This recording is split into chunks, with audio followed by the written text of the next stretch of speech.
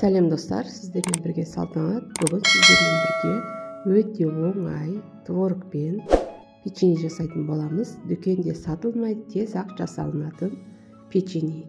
300 грамм творогымызды ыдысымызға салып аламыз. Оның үстіне 100 грамм сары майымызды тоже саламыз. 50 грамм қантымызды саламыз.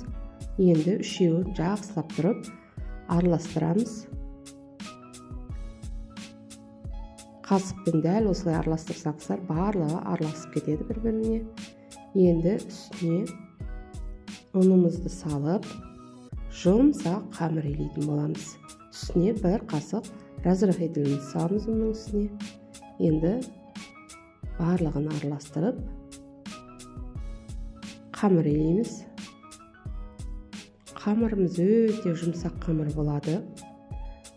Кішкене қолға жабысатын, өйткені ішінде творогы бар. Ұн сеуіп, бірақ жұмыс істеуге өте ыңғайлы қамыр болады. Қамырымызды 5-10 минутқа тындырып аламыз. Ал міне қамырымыз дайын болды. Ал арадан 5-10 минут уақытымыз өтті. Енді қамырымызды ортасынан екіге бөліп аламыз.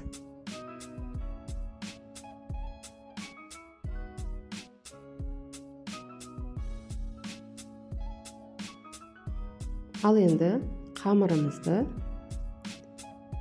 оқтаудың көмегімен жаятын боламыз.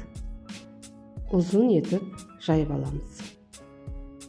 Дәл видеодағыдай етіп, жұқалау етіп жайып алатын боламыз. Ал міне мен жайып болдым. Енді жан жақтарын тегістеп кесіп аламыз.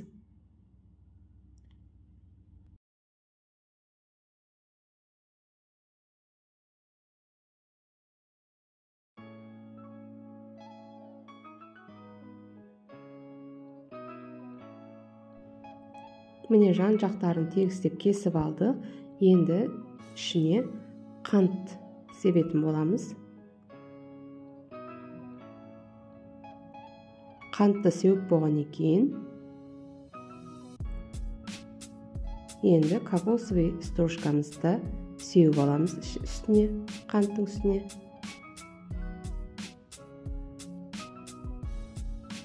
Ал міне енді енінен дәл видеодағыдай етіп орап аламыз.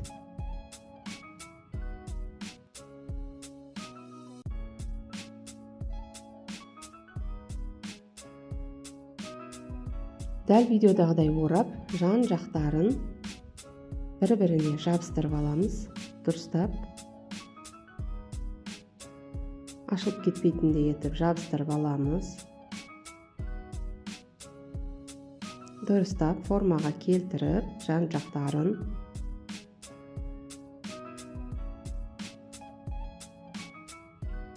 (4-5 сантиметр ұзындықта өлшеп кесіп алатын боламыз. Міне дәл осындай ұзындықта барлығын кесіп аламыз. Оңай әрі тез ақ дайын болатын, бірақ дүкенде сатылмайтын өте дәмді жұмсақ ауыздарыңызға салсаңыздар еріп кететін печенье. Үйде жасап көріңіздер, өте дәмді.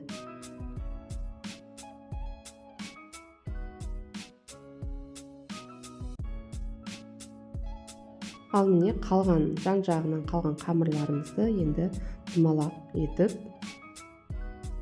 оқтаумен жайып аламыз. Ал міне дәл бұған да қантымызды себеміз. Сосын үстіне кокосовый стружкамызды сеуіп аламыз.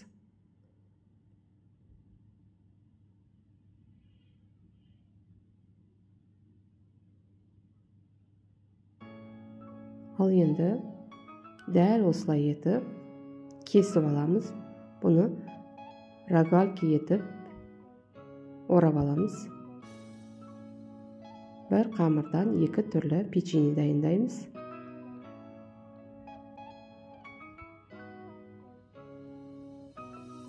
Ал міне дәл өйстіп орап аламыз.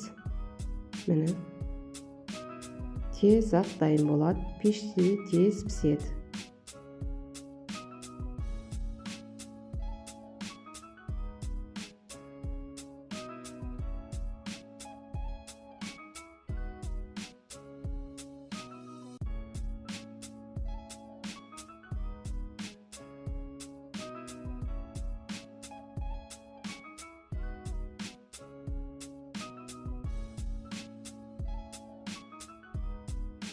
Ал міне енді листімізға салып 200 градуста 30 минутқа пісіріп алатын боламыз.